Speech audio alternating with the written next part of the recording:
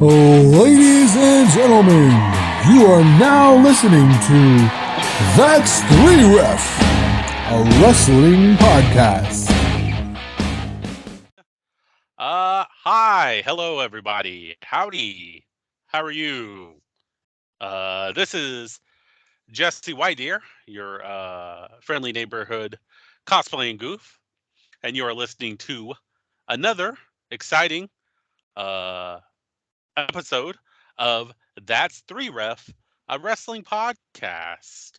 I'm of course joined by my co-hosts, the Bagman, Cody Bags, and the Fragmented Luchador, the big homie, Chris Lawson, everybody.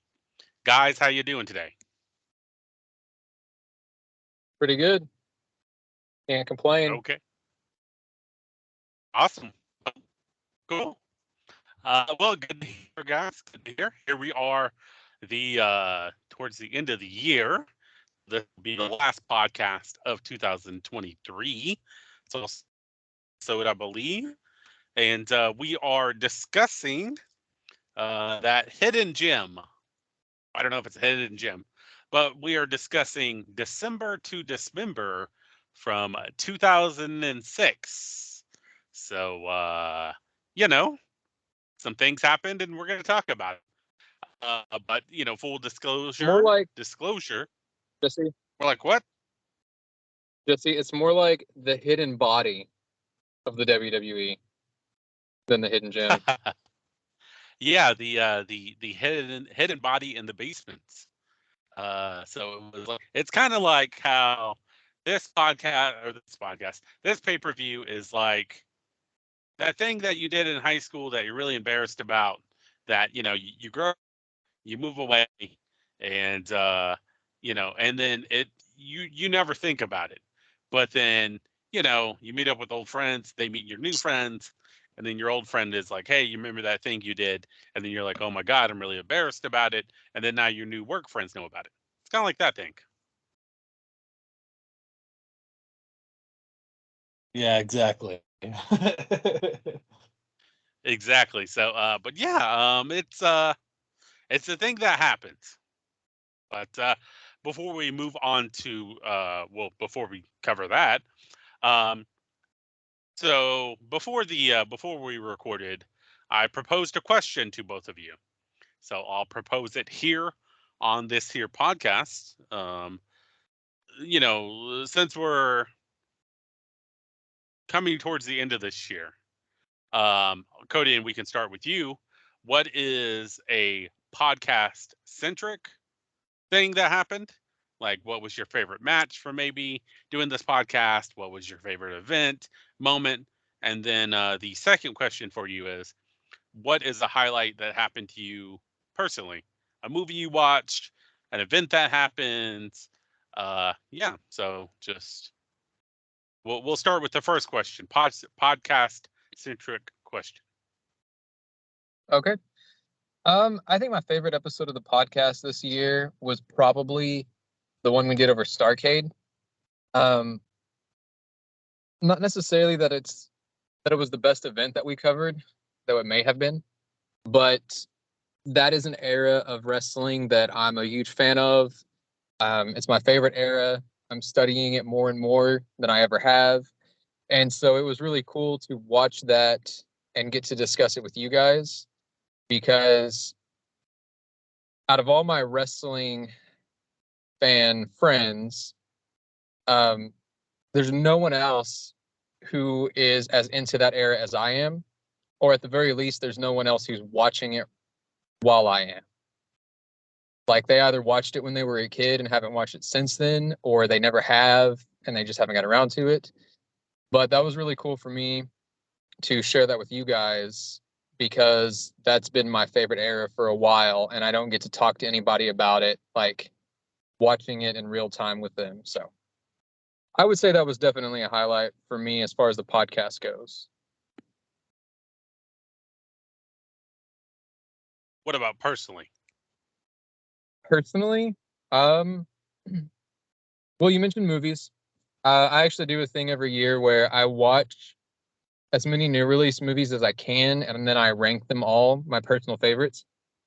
This year, I can go ahead and say that my personal favorite film of the year, my number one, was surprisingly, or not so surprisingly, I guess, Spider-Man Across the Spider-Verse. The only animated movie that made it into my top 20, actually, and it was number one. I love that movie. That was a great movie. But as far as big moments, I guess I can go ahead and tell you guys because Jesse already knows. But I've had 3 poems published in the past week. Hell yeah. Got a lot of rejections on my writing this year, which is not necessarily a bad thing. It's completely normal. But I've been trying to shop around my poetry for the first time ever, and it's not easy to find a place that fits my style.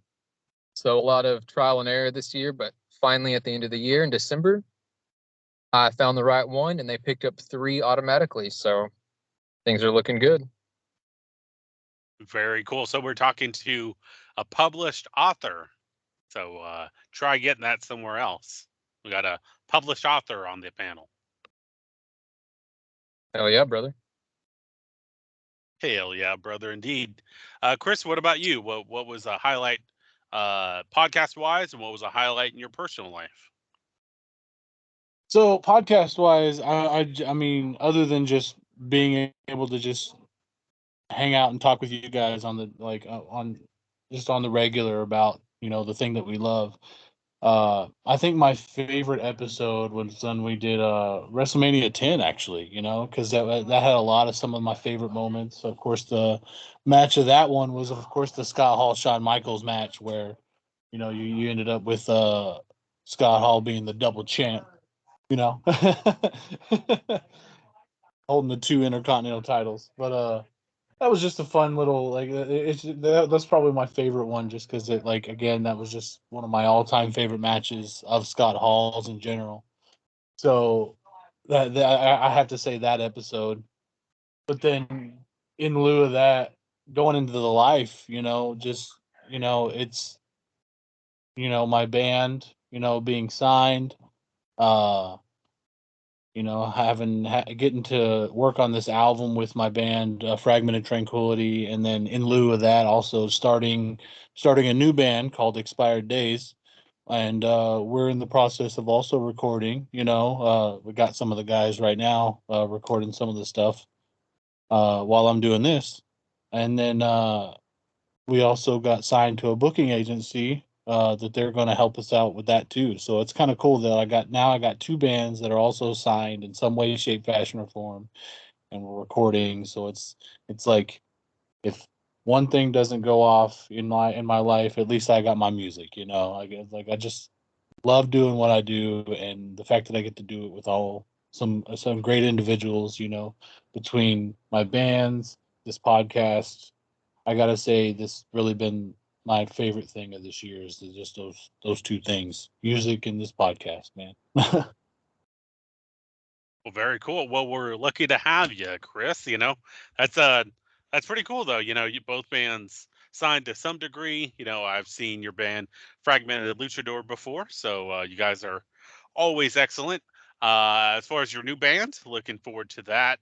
I can't wait to become a fan of that new band and never wear a shirt at any of your concerts. So it should yeah, should be a good time. Yeah, no, I think for me, I'll agree with you, Chris. I think WrestleMania 10, just seeing, the highlights for Bret Hart, in that match. Bret Hart was one of my favorite wrestlers when I was a kid, and currently as well. But yeah, just seeing his match with Owen Hart, and just all of the and in those first couple of episodes are almost in its entirety pay-per-view wise. So just seeing everything that Bret Hart was going through, and then him finally winning it, and yeah, so I mean, I thought that was great. And just whether good or bad pay-per-view, sitting here and talking with you guys, talking about Starcade and seeing the passing of the torch between Harley Race and Ric Flair. I thought that was really cool. And just everything in between. I think it's a pretty cool vibe. Also the live episode where we reviewed Mr. Nanny. That was a lot of fun. Just getting, even though only one person showed up, it was still a good time. Personally, I 10 think. people, Jesse.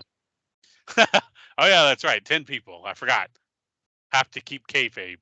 But as far as personally, my band didn't get signed, or I didn't have anything published.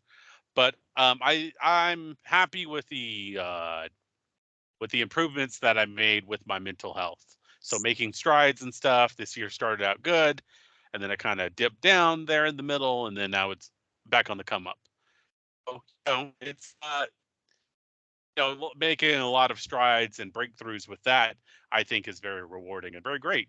So I'm able to change my mindset a little bit. So I'm very happy and proud of how far I've come with that.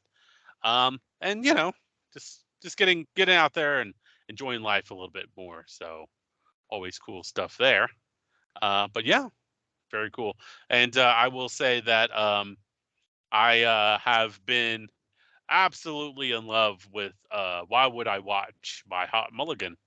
So that's a excellent album for everyone out there. So check that out. I mean, it really, yeah. I mean, I'm not gonna say, I don't want to sound cliche, but I think that album really changed a lot of things for me this year.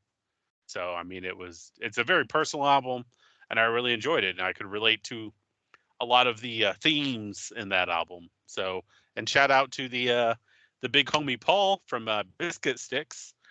He's the one that introduced me to that album, and you can check out Biscuit Sticks on the YouTube, and they cover games like Baldur's Gate and Stray, and they're putting out new videos, I think every other week, something like that, on YouTube. So yeah, very cool stuff from those guys. But yeah, so moving on to this podcast, moving on with the podcast, moving on to this pay-per-view. This is the second incarnation of December To Dismember, the first one taking place in 1995. And that was back when the ECW wasn't owned by the WWE. So this is the WWE branded ECW pay-per-view, which is a mouthful. But yeah, so it is the only ECW branded pay-per-view, and it also happens to be the worst selling pay-per-view of all time, WWE wise. Yeah, but December To Dismember took place on December 3rd, 2006, at the James Brown Arena in Augusta, Georgia. Attendance was 4,800, and the buy rate was 90,000. It's the lowest selling pay-per-view of all time, like I had mentioned. Critical reception was also very poor, and many regard it as just the worst thing ever. So I think it's up there with like TNA Victory Road, and then like the 2000 Bash at the Beach, which were some notable stinkers. Yeah, I mean, and kind of as a coincidence, or I guess as a coincidence, as a amalgamation of different things, Paul Heyman was let go because of this, or quit. Either quit, got fired. Rumors are still out there, but either way, he left WWE and wouldn't return until 2012. So yeah, but before we actually dive into it, what are your two? When did you first hear about this pay-per-view, and what were your initial thoughts about the pay-per-view? I watched this pay-per-view first in 2007, which is actually whenever I watched the One Night Stand pay-per-views for the first time. I watched those two. At that point, I knew a little bit about the original ECW. We talked about this before. I knew a little bit about it, watched a handful of matches, probably more than that, but those pay-per-views taught me more than I had already known. And that's when I realized that this pay-per-view existed, and I very excitedly went to Hastings and bought it. And I remember watching it for the first time. I will never forget it. One of the worst wrestling experiences of my life. But we will get into that soon. So yeah, I watched this in 2007, probably about 6 months after it happened. But Cody, you've seen Santino Marella wrestle, and this is the worst wrestling experience of your life? So Santino had some good matches before he went full comedy stick. So there's not much redeeming quality to Santino Marella, but there's something. There's almost no redeeming quality to this pay-per-view. I'm not gonna say that it's 100% terrible, but it's like in the high 90s. So yeah. I'll say this: it's kind of like the band Drowning Pool, where let the bodies hit the floor is okay, but the rest of it is kind of you know. Oh, come on. It's There's all a right. few songs in there. I mean, gotta give Drowning Pool credit. I have actually opened up for Drowning Pool, and they put on a damn good live show, so I can give them that. Here's the thing, Chris. Here's the thing and I love you. I say this with all the love in the world, but you actively enjoy Jeff Hardy's band. So I don't know. I do like Peroxide. So listen. I like Peroxide. Well, there you go. It's another The way fact that for Jeff Hardy without his anger, his anguish, and anything else that he might be dealing with. It's another way, and hopefully it keeps him off drugs, and has been in recent years. But I guess there's that. But now that you know, so we'll kick it over to you, Chris. What were your initial thoughts about this pay-per-view, and when do you remember first hearing about it? So, I mean, this was around the era that I was heavily watching wrestling. You know, I stopped watching wrestling there for a little bit as a kid, and then I didn't get back into it until like it was around this era where SmackDown had the big fist and you know and everything. So this was a huge era for me in wrestling, and I remember watching this pay-per-view as a teenager and thinking, oh, this is going to be cool. They got a extreme elimination chamber match. This is going to be cool. And then I remember watching it and I was like, this really is just a 2-match event. You got the first match and the last match, and that's all that's really redeeming for this whole thing, because you got great tag team action, and then you have a slobber knocker of a match with the elimination chamber. But we're going to get into that later. But anyways, other than that, the matches in between were just kind of like, they were there. But like my initial thoughts, like I said, I was excited for it, and then I watched it. I was like, not so much.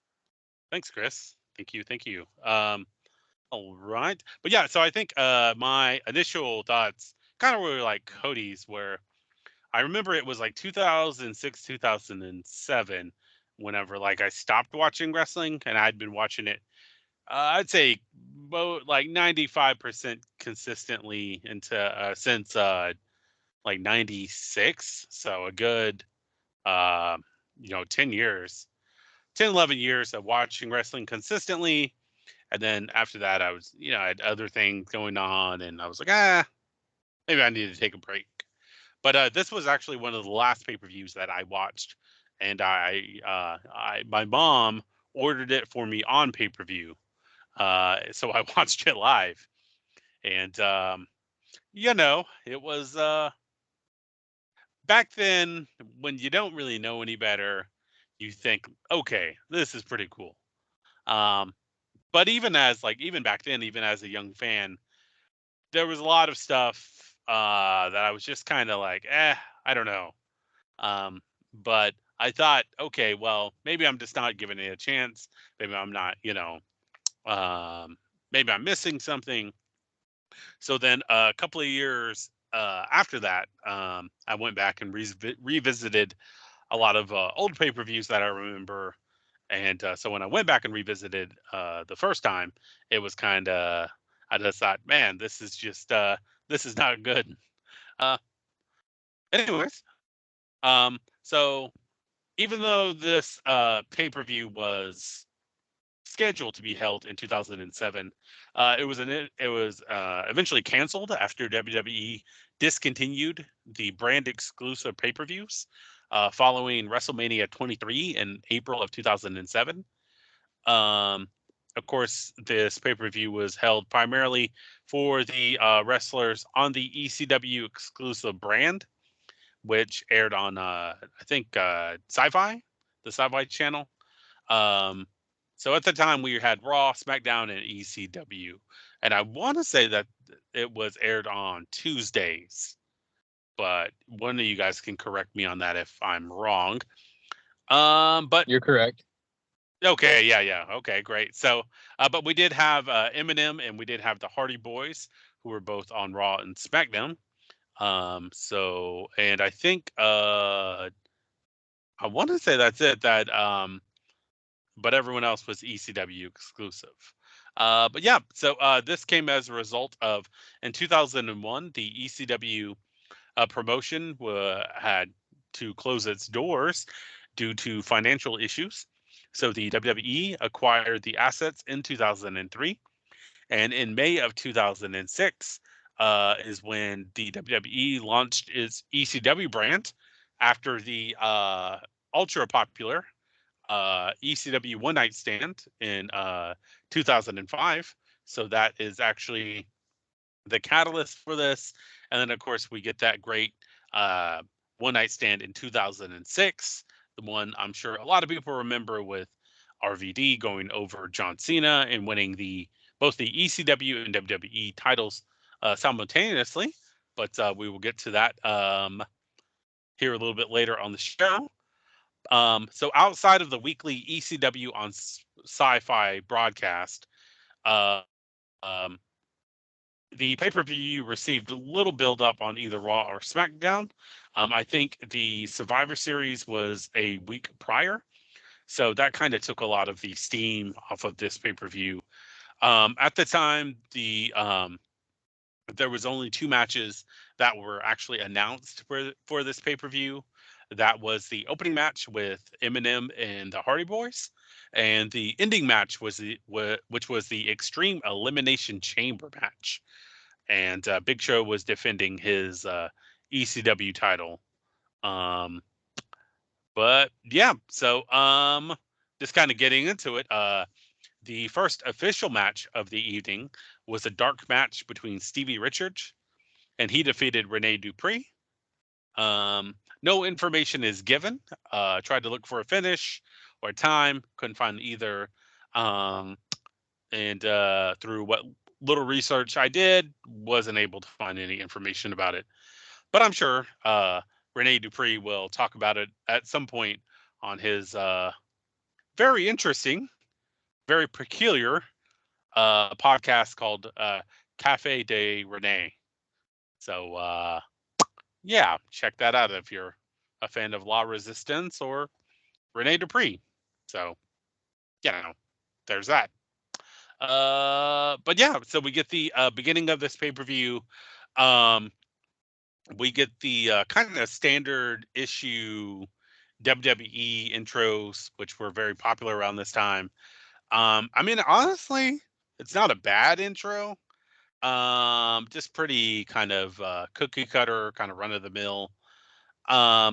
We get Let the Bodies Hit the Floor, which I feel like maybe Drowning Pool was contractually obligated to provide that song every ECW after 2005, because we've watched two ECW pay-per-views, and that was the title song on both of those. And I want to say that's the same thing on 2006 One Night Stand. Um, So yeah, I kind of shit on Drowning Pool there at the beginning, but I mean, if you're into it, you're into it. So no hate. Um, and then so Joey Styles and Taz bring us in, and then they also kick it over to the Spanish announce table, which I I don't understand why this why this pay-per-view has to be bilingual. I think that the Spanish speaking people don't deserve to have this pay-per-view translated, and I don't say that don't deserve to be mean. I say it sparingly. They should have been spared of this podcast or pay-per-view. Not spared of this podcast. Everyone should listen to this podcast. They should have been spared of the pay-per-view. Yeah. So I don't know. You guys got any thoughts on this intro?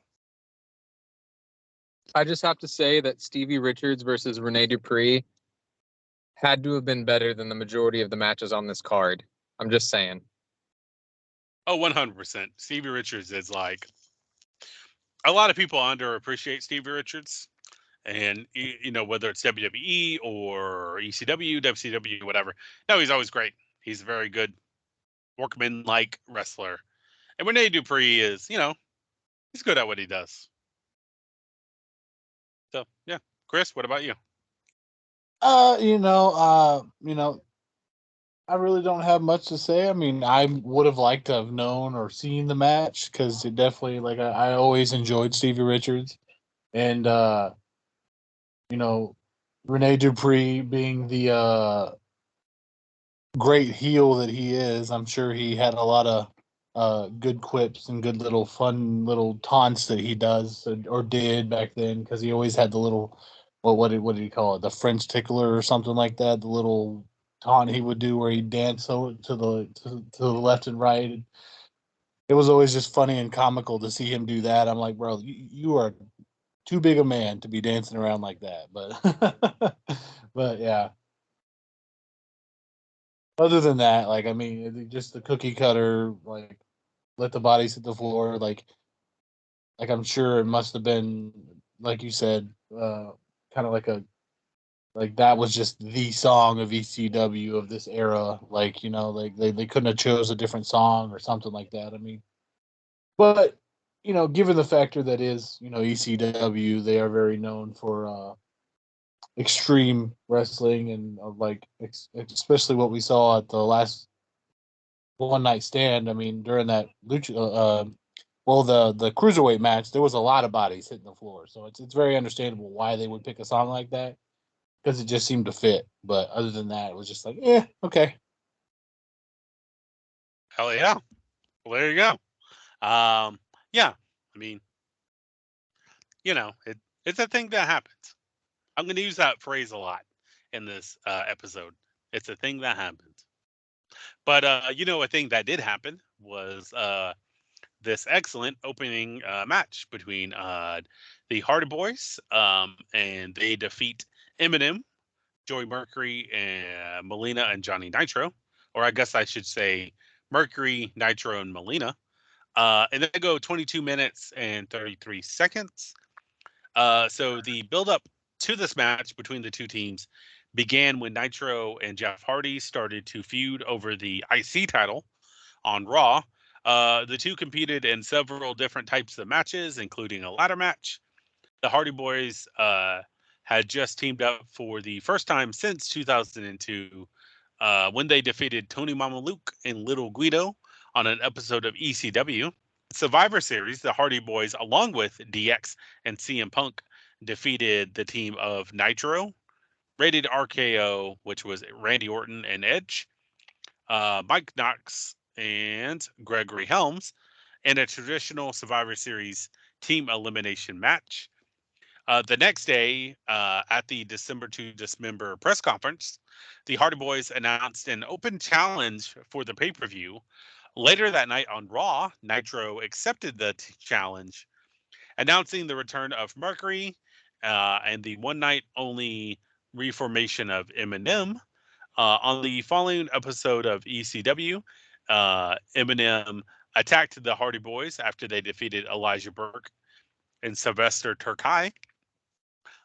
Meanwhile, Ken Mafia a tag team TNA, or Total Nonstop Action Wrestling, issued a statement via the TNA website stating they had accepted the Hardy Boys open challenge for December to Dismember. However, the Voodoo Kin Mafia, or VKM, kind of Vincent Kennedy McMahon, they share the same initials.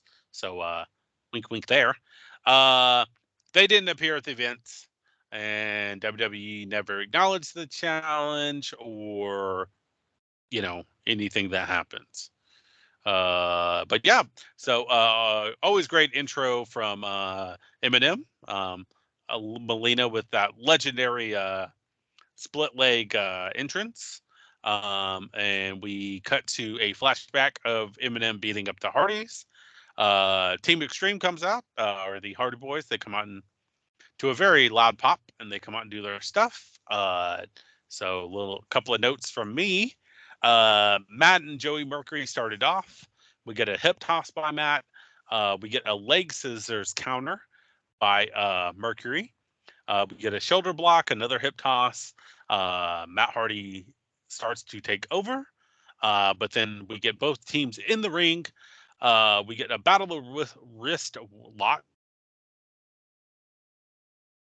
Jeff tags in. Matt Hardy tags back in. Johnny Nitro, tags in.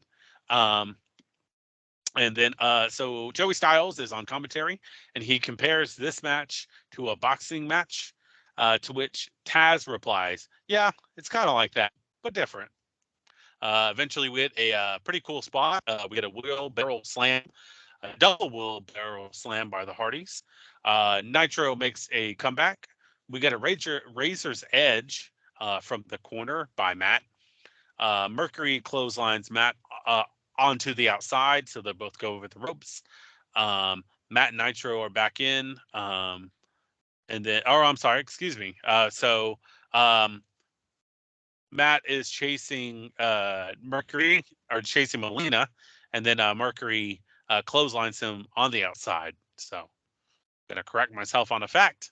Matt and Nitro are back in. At this point, we get Taz putting Melina over, and then he makes the comment that on SmackDown that Michael Cole isn't a fan of women. So, there you go. We get a double team by Nitro and Mercury. Jeff Hardy makes a comeback. Matt puts Mercury over the rope. So this is where he clotheslines them. They both go over the rope. Nitro flies to the outside, and then we get Jeff on the turnbuckle, and he flips to all three men. And then eventually they're back in the ring. Jeff goes and misses the swanton. We get a springboard dropkick by Nitro. Nitro and Mercury start to take over. We get a very cool backbreaker to elbow drop combination by Mercury and Nitro. Eventually, we get a whisper in the wind by Jeff to both guys. Matt makes a comeback. We get a stereo superplex by the Hardys. So we start winding down where we get Nitro, and he accidentally kicks Melina in the face while Melina is on the apron. We get a snapshot by Nitro and Mercury. Matt Hardy makes the save when they go for the pin. And they got Jeff up on the turnbuckle, and they're going to go for a avalanche snapshot off the top rope. Matt Hardy hits the double neck breaker from the middle rope onto both men. And then they make a Mercury and Nitro sandwich. Jeff hits the swanton bomb onto both men and gets the win. So a pretty standard WWE match, but on this card it definitely stands out. You can see why WWE was doing a lot of spots this way and why a lot of it worked, to some detriment, but a lot of it worked, and it really outshone the rest of the matches on this card. So that's it for me. Cody, we will kick it over to you. What were your thoughts on this match, and what were some highlights for you? Okay, so I think you did a really good job of doing the play-by-play. So a few things though that I noticed more about the match than what actually happened in the match. Um, I agree with Chris that this was, because I know he hasn't talked about it yet, but he mentioned it earlier. This was a really good match because this pay-per-view came down to a two-match card, really. And so I think this is a strong opening. Um, these teams were always great together uh, through their entire feud, which I know continued on into the next year. Some really good stuff. Uh, if I could complain about the match, though, I agree with you, Jesse, that this was more of a cookie cutter match, um, especially for these guys, considering some of the great performances that they would put on in their feud. This was just more of the hit the high points, and they took a while to do that. But still, it was a good match regardless. And compared to everything else on the card, it was outstanding. Um, two things that I took away from it, though, I think it set up two negatives for the event. The first is that it set not a dangerous, but a bad precedent that our opening match, which would become the best match of the night, had no ECW wrestlers in it. I feel like that was a bad sign right away that you have so little faith in your product that you're opening up with no one from your product. And the other problem that I had with it is that opening with your best match of the night, which on paper you had to know that it was going to be one of the two best matches, regardless, was not a good idea. Opening with something so good built the crowd up and gave them that expectation immediately, which was not delivered throughout the rest of the card. So I do really like this match, but in my opinion, it's not one of the best matches that these two teams had in their feud. And it also just set everyone up for a letdown throughout the rest of the night. So nothing too great to say about it, honestly, despite it being a decent match. So my thoughts are, well, I absolutely love both of these teams in this match. It was, two of my at the time, like I said, I was very heavily watching this era of wrestling. So getting to see, just these two teams be in a match, you know, even if this wasn't their best match together, uh it was still a great match. And to be honest, I think it was ill placed in the card. This should have been a co-main event kind of match because this had way more pop, way more fucking everything that it deserved that a first match in a card ever needed. So it was just like, why would you put a match of this something is going to be of high caliber and is going to set the bar hella high for the rest of the card? How are you going to put this in the first, knowing that it's going to outshine everything in this whole event? I mean, aside from this build up of such amazing extreme elimination chamber, you know, it just that's the one thing that I kind of took away from it. I was like, why would you put it here when it could have been right before the main event and would have done so much better and had so much more hype? But then again, the way they did that, I guess they had a reason for it because it kept the people there.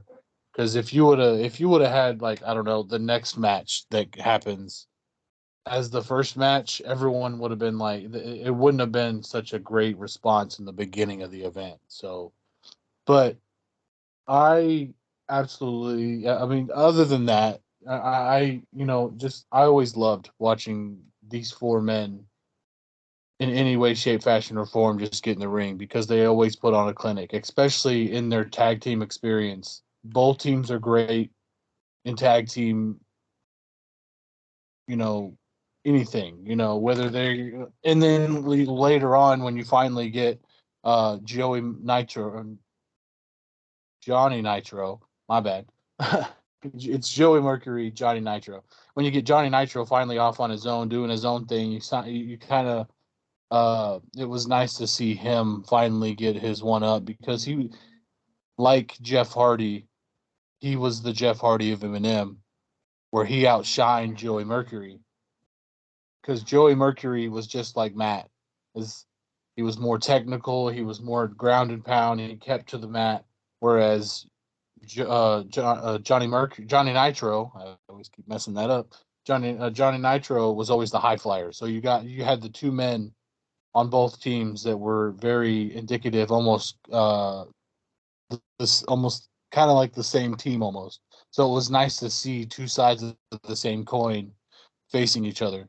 But no, like I said, this match for me is by far and away my favorite match of the night, because of getting to see these four men do what they do best, and that show the very what tag team wrestling is meant to be. So yeah. Yeah, I mean, no, I agree. I think Joey or Johnny Nitro, and he would later on become John Morrison. And all other host of names. But Yeah. yeah, no, I mean, he really outshined in this match, and it was kind of like I agree, he and Jeff were the two guys, and then you have Mercury, and then Matt Hardy, kind of, they're there, but they're more the B side to Jeff and Johnny's A side. So no, for sure. But yeah, so 2 weeks after this pay per view at Armageddon, MnM, the Hardys, were involved in a Fatal 4 tag team match along with Paul London and Brian Kendrick and William Regal and I believe it's Dave Taylor. Um, so in this match is when Joey Mercury would suffer a broken nose and a fractured orbital bone after a botch move involving the ladder. Um, so that's whenever I believe it's Jeff who jumps on the ladder, and it's almost in a seesaw position, and you got MnM kind of looking down at the ladder, and I think the spot was supposed to be, they were going to sell the ladder coming up, but the ladder came up for real, and Joey Mercury, got injured the hard way, as they say. So legitimately fucked up his face, and if you're not squeamish, you can check out that clip online, and it's pretty gruesome. So yeah, but so Joey Mercury would actually leave the WWE in early 2007. Melina would go on to win the women's WWE Women's Championship, but leave the company in 2011. And then Johnny Nitro it would eventually become John Morrison, and then he would capture the ECW title in 2007.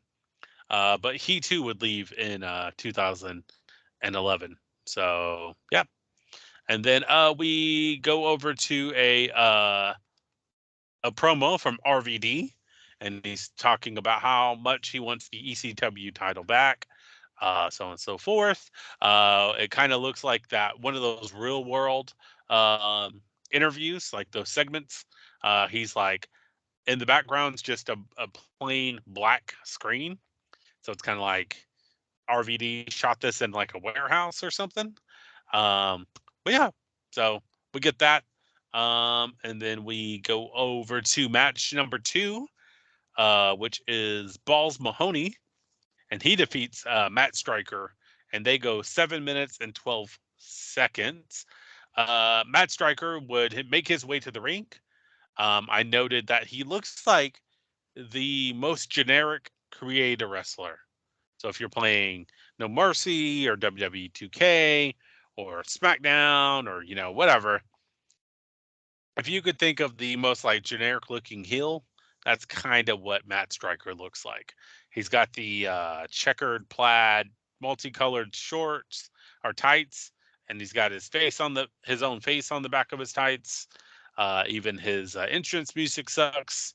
I think Joey Styles makes a reference that Matt Striker was legitimately a social studies teacher at one point, which is very true.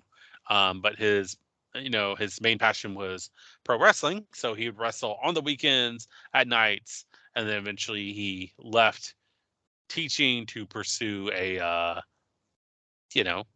career in wrestling. And yeah, so but yeah, so I feel like everyone involved could be doing something better with their time. Matt Striker, the referee, Balls Mahoney, the crowd, the commentators, you and I. But here we are. Matt Striker lays down some rules. He says that I think some of the Striker's rules were no eye gouging, no hair pulling, no profanity, and no moves from the top rope. So, that happened. And then Balls Mahoney's entrance hits. He comes out. Balls Mahoney's looking very rough and gruff. We eventually get Joey Styles, who makes a reference to Say No to Crack whenever Balls Mahoney comes out. But yeah, so that sets up the beginning of this match. We get a hip toss to a Fujiwara armbar by Balls Mahoney. Eventually, Matt Striker takes over, and then Matt Striker starts working the shoulder arm combination. Balls does a really good job of selling the arm, but eventually we get a roll through an armbar. And then eventually Balls would get the pin or the win after a jab uppercut combo, followed by a big spine buster. So whenever he actually got the 1, 2, 3, it was very anticlimactic, but for a match that was probably booked that night, what else are you gonna do? Cody, what do you got? So I've always been a fan of Balls Mahoney. I like his style. Obviously, he was never a main eventer, but I thought he was really good for the role that he fit, and I always enjoyed his matches. This particular match, though, reminded me how terrible Matt Striker was in the WWE. Like he seems like after he drops the gimmick and everything, and from backstage stories, he seemed like a pretty good guy. But my God, I hated this gimmick so much, and not for the right reasons. This whole gimmick had go home heat for me. Watching it just took me back. But there were a few things that I will give him credit for. As ridiculous as the gimmick was and his quote unquote rules that he set up for the match, I thought it was really clever heel work that he tried to establish these rules and then throughout the match would break his own rules when the referee wasn't looking. That's classic heel psychology, bad guy psychology. Really good stuff. I just feel like Striker himself was not charismatic enough to carry that off. But I liked what he was working at. So I appreciated that. I thought the match itself was really good technically. Both guys were doing everything that they should have. Like everything they were doing looked good. I just felt like it's not what the fans want to see from Balls Mahoney. It's not his normal style. And Matt Striker wasn't a big enough name or a big enough character to make up for that, if that makes sense. So it fell very flat. Everything was just right technically, but it didn't fit. It didn't work. And it wasn't good enough to keep the fans going. You could tell the fans were behind Balls Mahoney, but they were nowhere near the level of excitement that they were on the previous match. So, all in all, I give the guys credit for what they were going for. It just didn't work for a lot of reasons. For me, like this match was like most would say, very much a pee break match for me. Like it didn't last very long, and I honestly, like, for what it was very underwhelming, especially coming off of that night, that previous match. So it was like, sure, you got the great heel work in the promo before, which to me, Matt Striker, his only crowning achievement was being the announcer for Lucha Underground, because that man could announce just as good as, like, just as good as the rest of them. And so it was nice to see him get away from wrestling and actually get into something that fit more his style and speed, where he was a great talker, but he wasn't exactly the greatest wrestler. So, and I think if they would have, like, done this gimmick maybe like now, or maybe rebranded it later on, or maybe like changed it, I think someone like uh, um, LA Knight would have done better at this gimmick than Matt Striker would have ever done. You know, sure, he was a great heel. Sure, he could talk and do all the things. But other than that, if you would have had somebody who could talk and wrestle, I think someone like of that caliber, like LA Knight, or more his Eli Drake gimmick, or Eli Drake character in TNA would have been so much better to fit this gimmick. But as far as the match goes, you got your typical, Balls Mahoney, uh,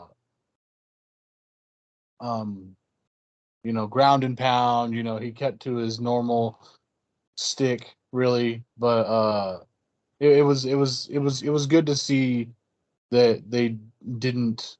They let the ECW guy get over the WWE guy, which is, given the fact that this is an ECW match, it was much more something that I was into seeing this. But can't say that for a later match, but we'll get into that later. but but yeah, like it was like I said, it was nice to see Balls Mahoney. It was nice to see him get over, so like just get over this idiotic failed social studies teacher. But other than that, I really have nothing else for this match. Sorry to go on a tangent about LA Knight be fitting this gimmick better, but I felt that's what I felt. And seeing that's all I was like, man, if he would have had this gimmick, he would have done so much better with it. That's all I was thinking with that. No, no, no. I mean, you're fine. I agree. I think it's kind of like Waylon Mercy, where he was the kind of first incarnation of the Bray Wyatt character, and there was a lot of potential, but it never went anywhere. And then years later, or I think even a decade later, you've seen Bray Wyatt try that same kind of cult leader gimmick, and he got it over. So maybe there's a young wrestler out there who's seen Matt Striker and said, "Hey, I can do better." So yeah, but yep. So we cut over to CM Punk warming up in the back. So he does the wrist roll and and is getting himself ready.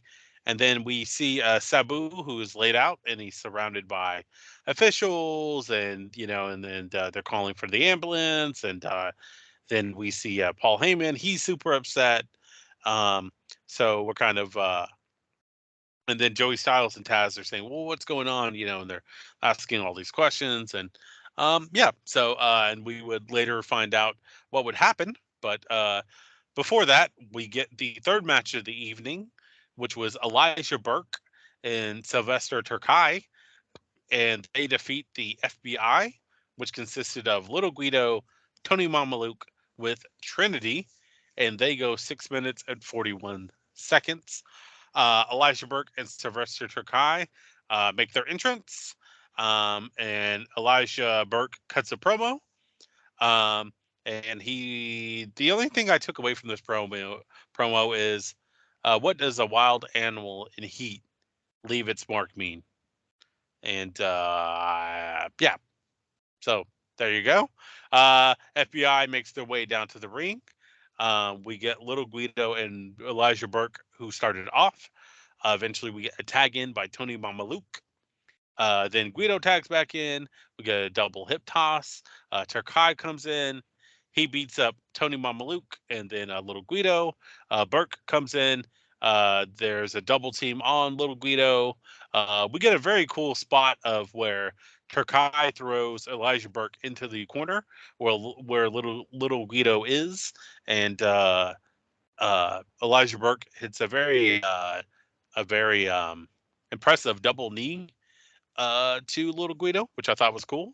Honestly, the best part of the match for me. You can tell that the crowd's really not into this match. They're not reacting. There's not whenever the heels of Burke and Turkai are doing their stuff, you don't get a lot of, there's not any emotion in this. They're not cheering. They're not booing the bad guys. They're not cheering on the hill or the good guys.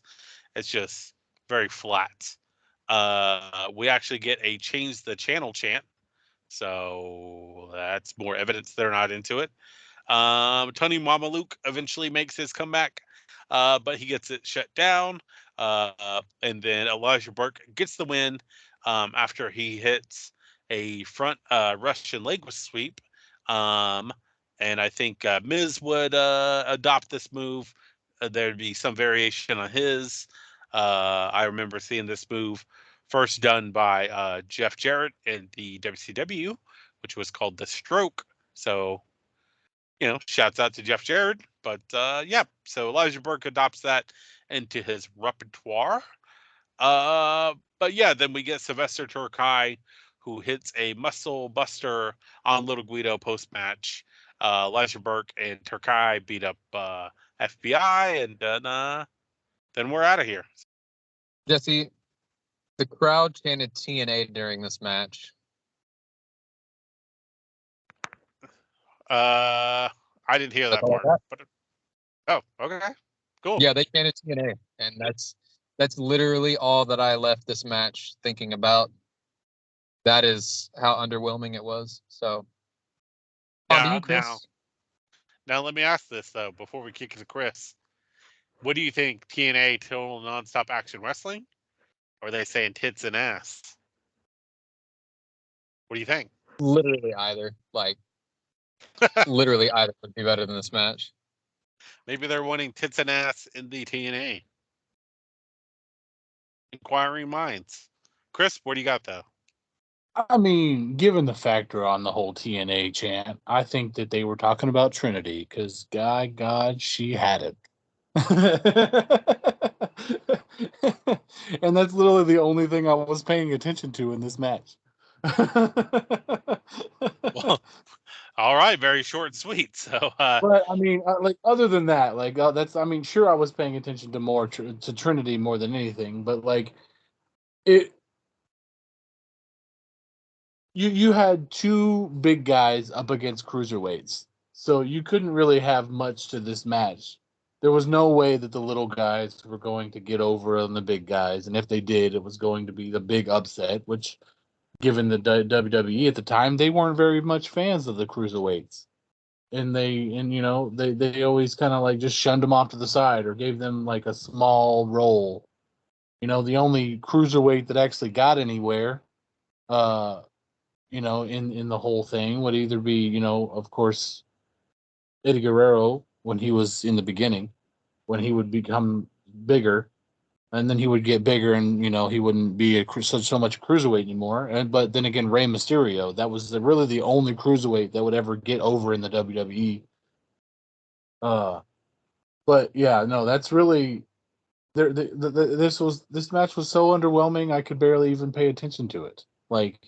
Sure, Turkai was, a monster at the time, and Elijah Burke was the voice of the team, because there was probably no way that Turkai was even able to conceive words. He just looked like a big man meat mountain that couldn't talk more than caveman words. But anyways, other than that, tits and ass. Trinity. That's all that I paid attention to. Well, and I mean, and that's what Taz paid attention to, because he would make references to Trinity throughout this match. So, hey man, shouts out to the both of you. Shouts out to Trinity. And Yeah. you know, I always like saying Tony Mamaluke. I enjoy that name. So that was kind of a highlight for me. And little Guido or Nunzio, you know, I've from what I've heard, you know, he's a nice guy. So very charitable little Guido. So hey man, shouts out to him. So before we move on though, a couple of things about Elijah Burke. I believe it's Between the Ropes. So there's an interview with CM Punk, and he was asked, "Who was your worst wrestling opponent?" So he kind of acknowledges the question and says, "Well, normally in these circumstances, he would ask people ask who's your best or who's your favorite." But he said, "My worst is," he said, "Does anybody remember Elijah Burke? You know, and I think he was known as like the Pope in TNA, maybe." Um, but you know, crowd says yes, and he says, "Well, yeah, there you go, Elijah Burke." He said he sucks, and that was about it. So, yeah, CM Punk out here burying Elijah Burke. So, yeah, but yeah, so we move on to Sabu, and he's loaded up in the back of an ambulance, and then we got CM Punk and RVD.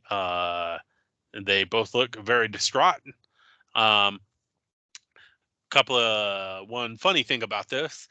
So in an interview with WSI, which I think the guy's name is James on YouTube, a very recent interview. He asked Sabu why Sabu was taken off of the main event of this match or of this pay-per-view, excuse me. And he said that um, in the lead up to this pay-per-view, Stephanie McMahon wanted Sabu to cut a very long-winded promo about how he's the real ECW champion and blah blah blah, putting himself over, all this stuff. Sabu says, "Hey, that's not what I do. That's not who I am." And there's a lot of back and forth, and there's a lot of retakes, and then eventually Sabu tears up the script and tries to hide from Stephanie McMahon. And then, you know, of course, Stephanie McMahon finds out. And as punishment, he was taken off of this card. He actually didn't know that. According to him, he said he didn't know that until uh, the morning of. So the morning of, he gets there, and there's security guards at his door. And Paul Heyman says, "Hey, change the plans. This is what's going on." And yeah, so he does the spot, records the you know, him going to the hospital, and then security walks him out. So there you go. And that was kind of the beginning of the end for Sabu in WWE. So yeah. But one match that we couldn't walk out of was the fourth match with Davari, um, accompanied by the Great Khali. So yeah, and he defeats Tommy Dreamer. They go 7 minutes and 22 seconds. Davari and the Big Khali come out, and Davari who is of Middle Eastern descent, has some very borderline racist entrance music. Um, and then we get the Great Khali. Davari is speaking, I believe, Hindu. I cannot, but I don't know. So, but he's speaking some sort of foreign language. Seems like he's putting over the Great Khali. Um, and then we get Tommy Dreamer, who makes his way to the ring. Tommy Dreamer and Davari started it off. Tommy Dreamer is getting over, so then Davari slides to the outside, where he gets the upper hand after Tommy Dreamer is distracted by Khali. We get a hip toss by Dreamer. Davari slides out again. He makes a comeback. Dreamer attacks Davari on the outside. And then when Tommy Dreamer goes to bounce off the ropes, Khali pulls the rope down. And Tommy Dreamer is hurt as a result. And then the Great Khali gets ejected as a result, so he gets sent to the back. We get some back and forth. We get a Davari. He goes for a choke, and Tommy drops him back. So for a big back body drop, Dreamer makes his comeback. Then we get some nice heel work by Davari when he claws the eyes of Dreamer. So Dreamer makes another comeback. He beats Davari up. He actually puts him in the corner for the Tree of Woe drop kick. So he pounds his chest, and the opposing corner yells ECW, hits the drop kick. Very cool spot. And then Dreamer goes for the finish, but Davari goes for a roll up and gets a very sus win. As a result, Dreamer is upset. He chases Davari up the ramp, but they both go to the back. And Khali grabs Dreamer in the choke slam, and slams him onto the ramp. And we get multiple replays of that. So credit to Taz, who's really trying to put over this over. We get a fan who yells, "This isn't extreme; it's entertainment." So that was pretty great there. And then we get a close up where Dreamer says, "I can't feel my legs." And then, to show what a tough guy he is, he stands up and then falls back down and then crawls back to the back. I think that Tommy Dreamer is great. I've always enjoyed his work.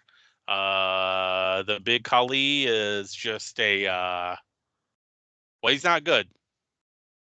In any capacity, he is not good. He was good in The Longest Yard, the movie with Adam Sandler, but that was about it. And Davari is surprisingly good when he wants to be. I know he was on 205 Live. He lasted with WWE for a very long time. I've heard, good things about Davari, but this match wasn't that great. Two of the things that stood out for me was when Tommy Dreamer hit that Tree of Woe drop kick, and then the fan yelling, "This isn't extreme, this is entertainment." Okay, so there's not a lot to cover here, and I think you already did a pretty good job of it, so I'm not adding anything constructive. I'm just going to say this was not a good Dreamer match. This was not a good Davari match. This did not make Khali look good. The fact that he could not do what they were wanting him to do and help Davari and cheat didn't make him look good. And then the giant monster being ejected by the referee did not make Khali look good or terrifying. So a fail there. Terrible choice for a winner, even though I don't hate Davari like some people did at the time. Just not a good choice for a winner. I caught the same fan that you did. This isn't extreme, it's entertainment. Right before that, there were chants in the crowd of people saying, "We want hardcore." So at this point, we've heard TNA, we've heard "We want hardcore," we've heard "Change the channel," we've heard "This isn't extreme, it's entertainment." The fans are done with this pay-per-view. They're past the point of not caring, and they're getting to the point where they seem angry. Everything about this was a fail. Dreamer, I'll give him credit. He tried to save it at the end whenever he had his moment after the Khali attack, but it's gone too far south that I don't think any fans really cared that he was having that moment and being the tough guy. There was like a smattering of applause when he got up, but it was so clear at this point that this was not the ECW that the fans expected, that they were turned against him. And not even Tommy Dreamer could win them back over at this point. Not completely. So, not much to say, and none of it good. Oh, for me, yeah, this match, like I had mentioned earlier, was not at all good. Like, you let the ECW original take a fall over Daivari. Of all people, you had him take a fall against him. And even if it was intended, if it wasn't intended, it was still not something you wanted to see at an ECW event. For me, Tommy Dreamer should have won. Tommy Dreamer should have got way more fucking pop than he did, and he didn't. But it was very evident that the fans were, like Cody had said, done with this pay-per-view. And it just almost ticked me off, really, because I was like, really? Daivari winning over Tommy Dreamer. I literally wanted to jump through the TV and take the dude's head off. Just saying. Or at least kick the person's ass who put this match into fruition. Just saying.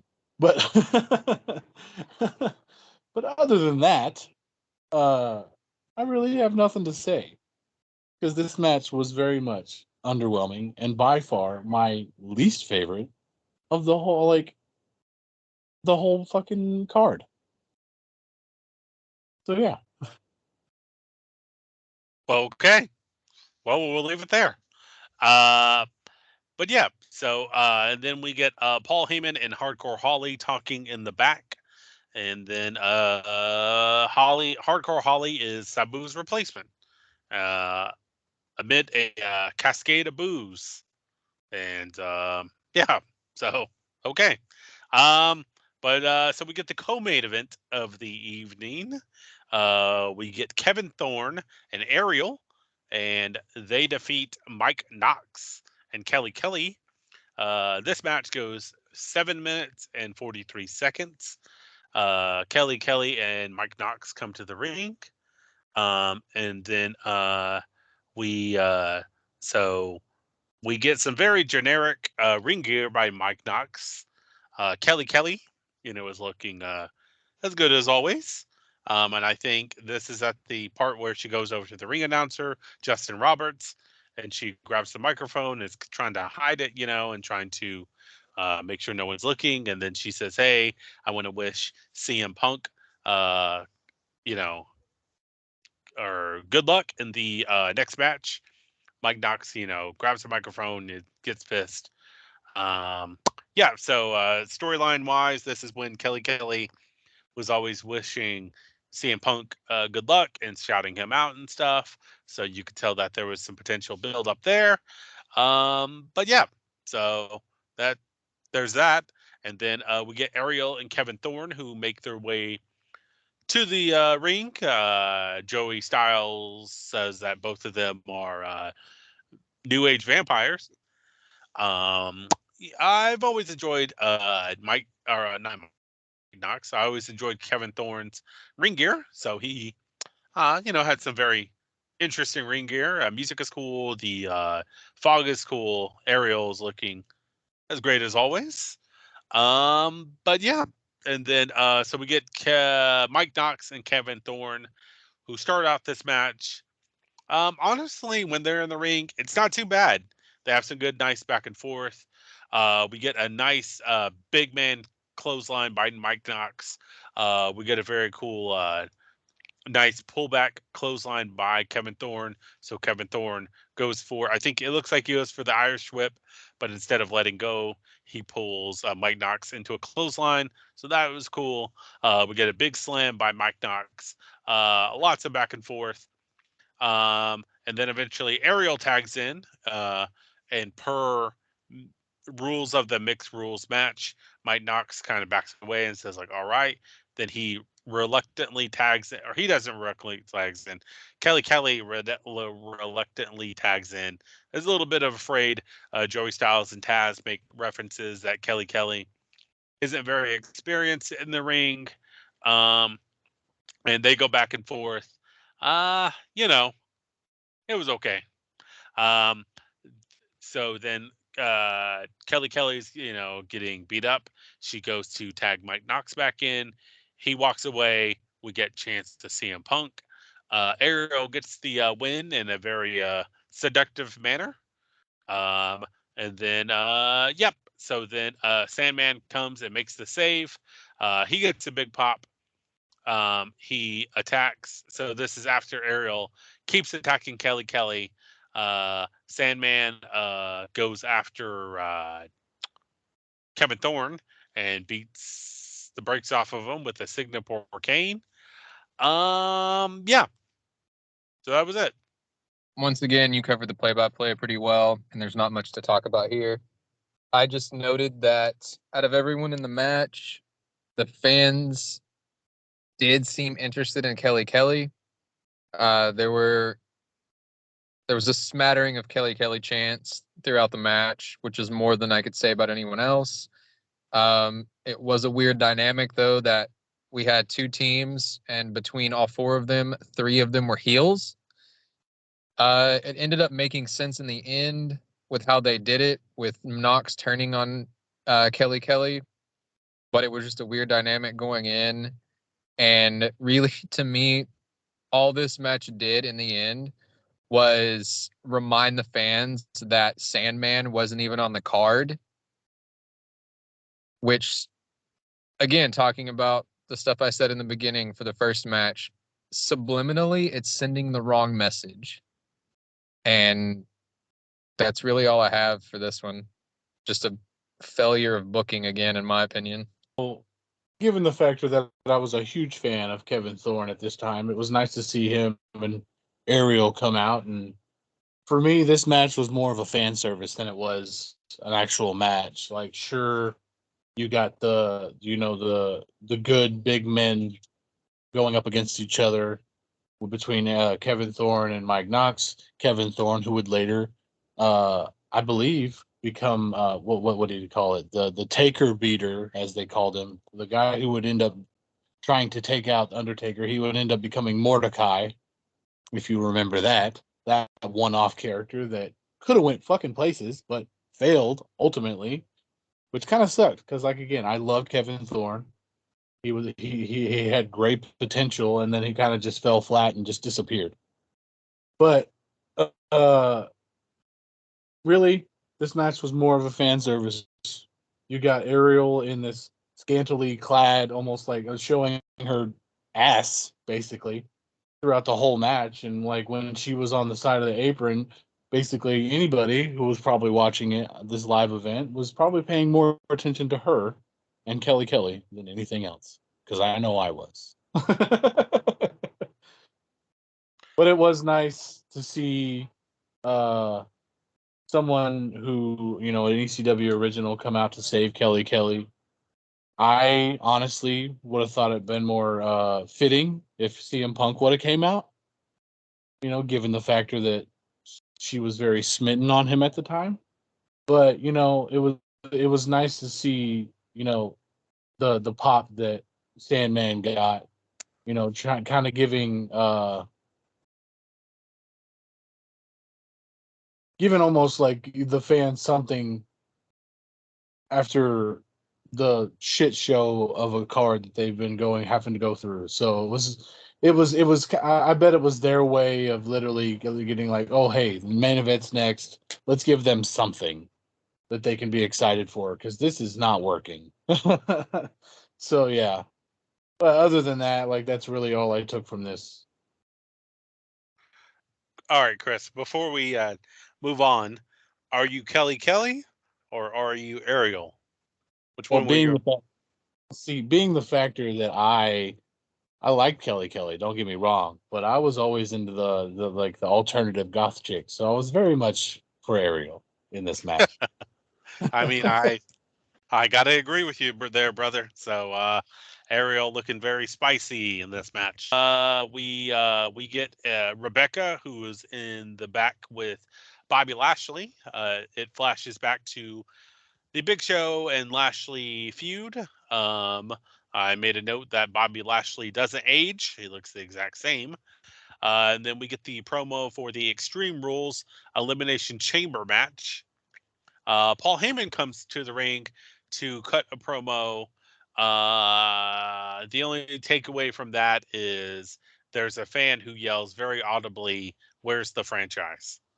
alluding to the franchise Shane Douglas. So, yeah, shouts out to Shane Douglas. But yeah, so the last match of the evening, we have Bobby Lashley, and he defeats Test, Rob Van Dam, Hardcore Holly, and CM Punk for the ECW World Heavyweight title, and they go 24 minutes and 42 seconds. A little bit of preamble. The main event of this pay-per-view was for the ECW World Championship on October 24th, 2006, episode of ECW. RVD defeated the ECW World Heavyweight Champion Big Show for the second consecutive time. A title bout. So per the stipulation, if RED was able to beat Big Show again in a ladder match, he could choose the time to face the Big Show for the ECW World Championship. Van Dam chose to have his title shot at December to Dismember. Paul Heyman, who was the authority figure for ECW, authorized Rob Van Dam's decision and added him to the Extreme Elimination Chamber contest, along with Big Show and some other wrestlers. Remaining participants of this match were decided through standard single matches. The first person to qualify was Sabu, who defeated Kevin Thorne. But as we mentioned earlier, he was replaced by Hardcore Holly. The following week, CM Punk and Test qualified by defeating Mike Knox and Tommy Dreamer, respectively. The final place was given to Hardcore Holly and a contract signing segment on November 14th, 2006 episode of ECW. As Holly was making his way to the ring, Bobby Lashley, a wrestler who was on SmackDown, attacked Holly and signed the contract himself to gain the sixth and final place. Although the 6 slots in the bout were filled, Heyman announced an Extreme Rules match between Van Dam and Holly on October 21st episode of ECW. If Holly was able to defeat RVD, he would take place in this match. RVD, however, won the match and submitted his place. RVD would continue gaining momentum going into this match, along with team members Sabu, Lashley, John Cena, and Kane. They defeated the team of Big Show, Test, Umaga, Finley, and RVP, I'm sorry, in a 5-on-5 elimination tag team match at the Survivor Series pay-per-view. On the final episode of ECW before the December to Dismember pay-per-view, RVD defeated Sabu. Later in the show, CM Punk faced Test. Both men were counted out. Big Show was disqualified in his match. To the actual match, we have the Big Show, who makes his grandiose entrance. We get it's clobbering time from CM Punk. So, CM Punk is here. I was always a big fan of this entrance music over Cult of Personality, but that's just me. I'm referring to This Fire Burns by Killswitch Engage. So still listen to that song to this day. But yeah, and then we get Testis here. Bobby Lashley makes his entrance. Holly and RVD, are here as well. They started off. So the rules of their Elimination Chamber match. 2 guys started off, and then every 5 minutes, each pod is unlocked, and then a new wrestler comes out along with a weapon of his choice. RVD and Holly started off. RVD hits a clothesline. Holly gets his own clothesline. RVD, Holly are on the outside. We get a Rolling Thunder to Holly on the outside. We get a suplex by Holly to RVD from the outside to the inside of the ring, back and forth. CM Punk comes out. He throws a chair to springboard clothesline to RVD by Punk. We get a chair to the face of CM Punk. Punk and RVD mixing it up. Punk goes for a leg drop counter after RVD goes for the sweep. So cool spot there. And then eventually we get RVD, who gets Irish whipped to the corner, and his head goes through the chair that's butt in the corner. CM Punk goes for a Hurricanrana on Holly. But Holly slams him into the cell. We get a front suplex to the ropes. So CM Punk gets slammed into the cell wall. We get a superplex by Holly. Test comes out. He puts down Punk. Goes after RVD. He chokes Punk. RVD makes a comeback. Drop kick to Punk in the corner. We get a frog splash, and CM Punk is out. Test goes after Holly amid confusion. He gets the win.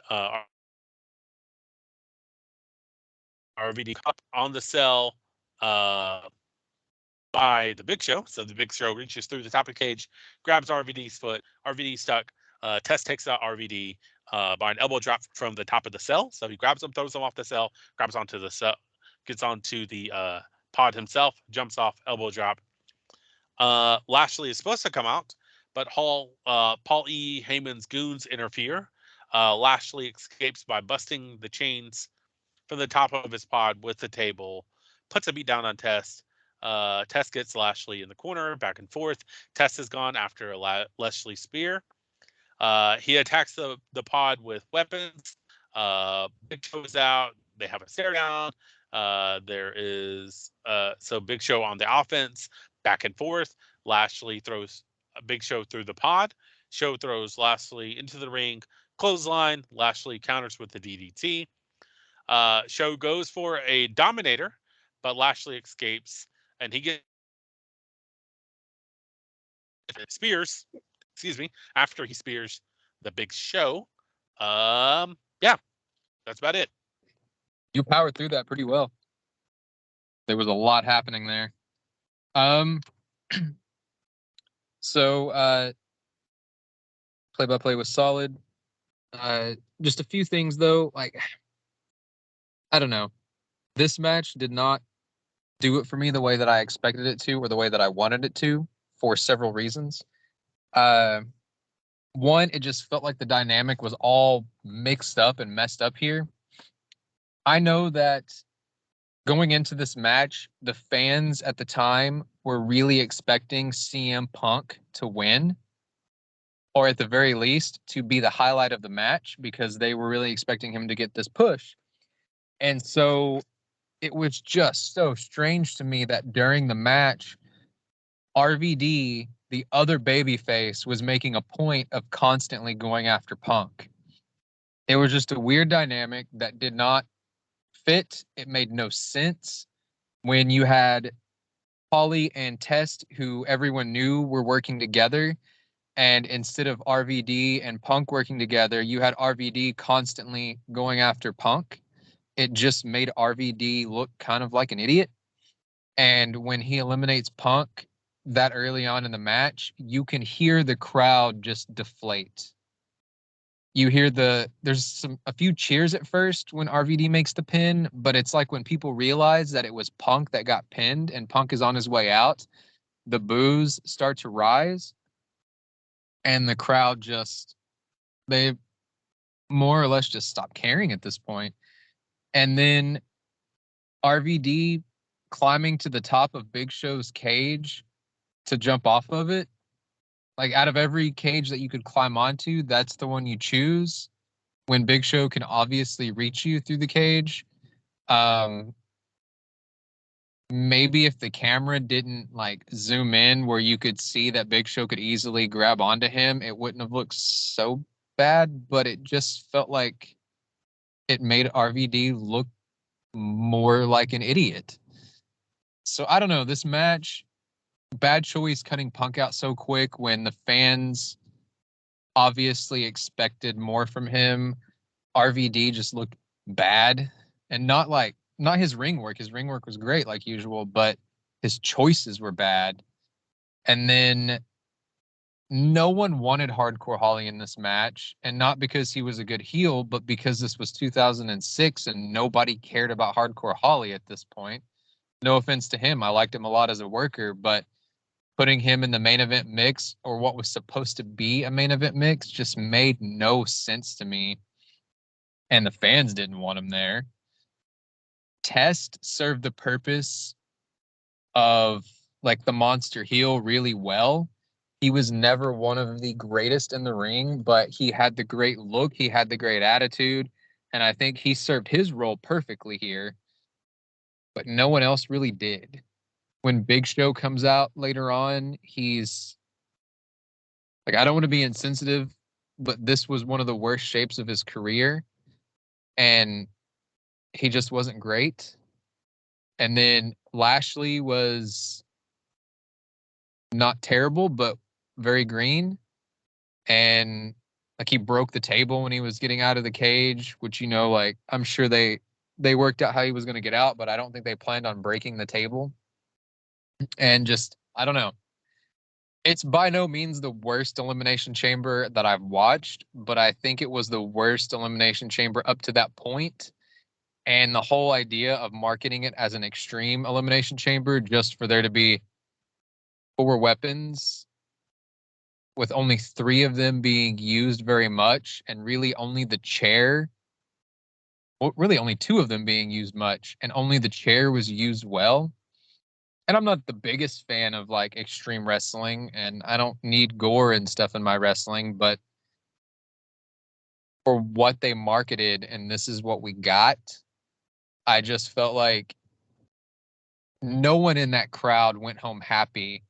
Not with just the rest of the pay-per-view, but with just the main event alone. I don't know. Maybe I'm being too harsh on it. I feel like it was a perfectly okay match, but for a world title match with guys like RVD, rising stars like Punk and Lashley, a guy who was already considered a legend like Big Show, and then a great heel like Test, and a good ring worker like Hardcore Holly, just the match was way too underwhelming. Again, maybe I'm just being too harsh because we had to get through all of the rest of that to get to it, but I walked away incredibly underwhelmed by it. Maybe that's just me though. Well, to add on to what you were saying, there was, so through some research, there was that through an interview with Paul Heyman at the time, it was actually revealed that CM Punk was supposed to win the ECW title this night. So the original plans were CM Punk and Big Show were going to start it off, and before the first person came out, CM Punk was actually supposed to make Big Show tap to the Anaconda Vice. So that was supposed to be done about 3 minutes in, and then he was going to eliminate Big Show. I think it was going to be he and RVD at the end, and they would go back and forth for the majority of the match, and then eventually Punk was going to go over. So Big Show was all for it. RVD was all for it. But WWE at the time, mainly Vince McMahon, didn't see the future in CM Punk. So it kind of plays to the pipe bomb promo whenever CM Punk says Paul Heyman is the only one that, I'm paraphrasing, of course, but he says Paul Heyman was the only one that saw anything in me. So he's making references to that. So that's been confirmed by a few people, but Vince McMahon wanted to go with Bobby Lashley. So yeah, that's kind of how we came to that. So very, very good premonition there, Cody. I feel like I might have known that about Punk being the original winner at one point, because that does sound familiar. I can understand that it wasn't their fault, that it wasn't Heyman's fault, that Punk wasn't the winner in the end, because obviously Vince would prefer Bobby Lashley. But at the same time, the way they laid it out, I still think there was a lot of room for improvement. If Punk's not going to win, you can at least give him the best showing of the match. Okay, so I kind of agree with what Cody was saying. This, for me, was not at all like it was cool for what it, like the concept was cool. You know, hey, let's put weapons in an Extreme Rules match, something you've never seen before, but it was done very poorly.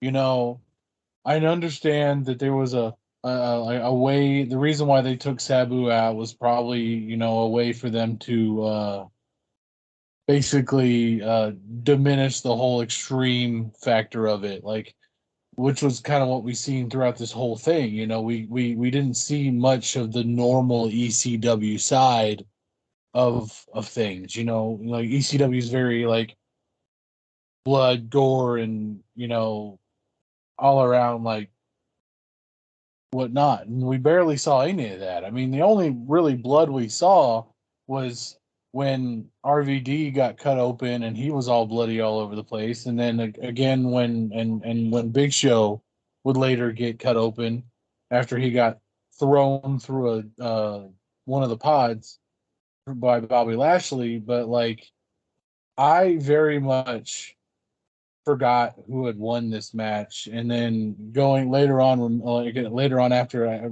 seeing who ends up winning, but being Bobby Lashley, I was like, okay, now I know why. Now I remember. But I would have very much liked to have seen CM Punk win this. That would have been a way better thing to see. The smallest guy of the match win over all these like big guys and get a name, make more of a name of himself. He had a very big pop when he came in, and he was doing real well for himself. But then you get to see him be the first one eliminated, and it's just kind of like, what? Hold on, like why would you do this to someone of that caliber, who is a rising star, who's making such a great come up, making doing well for himself, and then just kind of shoot him down back to the bottom. Like, out of all the things you could have done, you take him and you knock him down a few pegs, which is kind of something that very much kind of took me away from this match, really. Sure, Bobby would go on to be the champion and he would hold it for a little bit, but other than that, like, I really didn't see, like, it's typical Vince McMahon fashion to want the big man as champion, and it's something that I kind of like, you know, not really liked at all with Vince McMahon, because if there was a big championship, there was always a big man behind it. The only time there wasn't was when Rey Mysterio was champion, and he wasn't even champion for very long. So it was like, or when Jeff Hardy would later on win it. When they had the WWE title, they would finally have smaller people hold the title. But it was just like, come on now. Like, in this era, if you weren't a big man, you weren't getting the push that you needed, and you weren't getting appreciated at any all shape, way, fashion, or form. The the love and appreciation you deserved, like CM Punk, great wrestler, would later become best in the world. He's shown for it. He very much knows what he's doing in the ring. Sure, here in older age, he's not doing great because he can't do all the things that he used to do, but he's still doing it. He's still showing that he's here for it. And here he is now, going from 2006, fast forwarding to 2023, after that pipe bomb thing. The big factor of it is when he came back, the thing was, they have a shirt out now that I want to get, actually, and it says "Hell froze over." The man who said he would never come back to WWE comes back to WWE, and he's having this newfound, almost legend type feel to him. And it's, I guess, in a way, it's deserved. Would I see him as champion? Do I see him beating Roman Reigns or uh, whoever else is champion right now? Seth Rollins? No. But I do see a lot of feuds that could happen, especially between him and Seth Rollins, because the two hate each other, going into present day wrestling. But, anyways, for this match, sorry I had to go on that tangent, but I just had to go into that. But just seeing all these guys, I understand why they took out Sabu, to kind of like build up the whole factor of like Paul Heyman has the say in making everything go over. He's got three of his guys in here. He's got three guys that who obviously deserved it more than any of the other the history guys. You know, Test always a bridesmaid, never a bride. You know, or always a groomsman, never a groom, whatever the fuck. But and then Hardcore Holly, you know, he would never ever get to that situation. You know, and but just seeing this match, it like it will always be, now that I've seen it again after all these years, that it will probably be right up there with some of my least favorite Elimination Chamber matches. Yeah, for sure. I think exactly what you said is, that should have been CM Punk, and you're kind of seeing that genius now with him making his return to WWE after being out for 10 years. You see that even back now, in 2006, he was beloved, and then now, all these years later, he's beloved. So it is. I think that WWE could have really maybe not saved this pay per view, but they could have saved, uh, you know, saved themselves with this giving CM Punk the win, but wasn't meant to be. So yeah, but um, so that's going to do it for this episode of the podcast. This will be the last episode of 2023. We will be back in a couple of weeks at the beginning of January. Um, and I believe that we're going to do a short history on the Von Erich tragedy. So this weekend, Cody, Chris, and I are going to go watch the Iron Claw, and then in between now and then, we are going to do be some researching for you a the Von Erich tragedy, and then we will get back to you with that episode. So stick around for that. And between now and then, if you get a chance, go check out the Iron Claw. We will give some non-spoiler reviews of that. So we'll let you know what we liked, what we didn't like, and try not to spoil it for you, because I feel like everyone should have the opportunity to watch that. Yeah, but if you feel so inclined, if you have a question for the podcast, you can email that to that's3ref@gmail.com.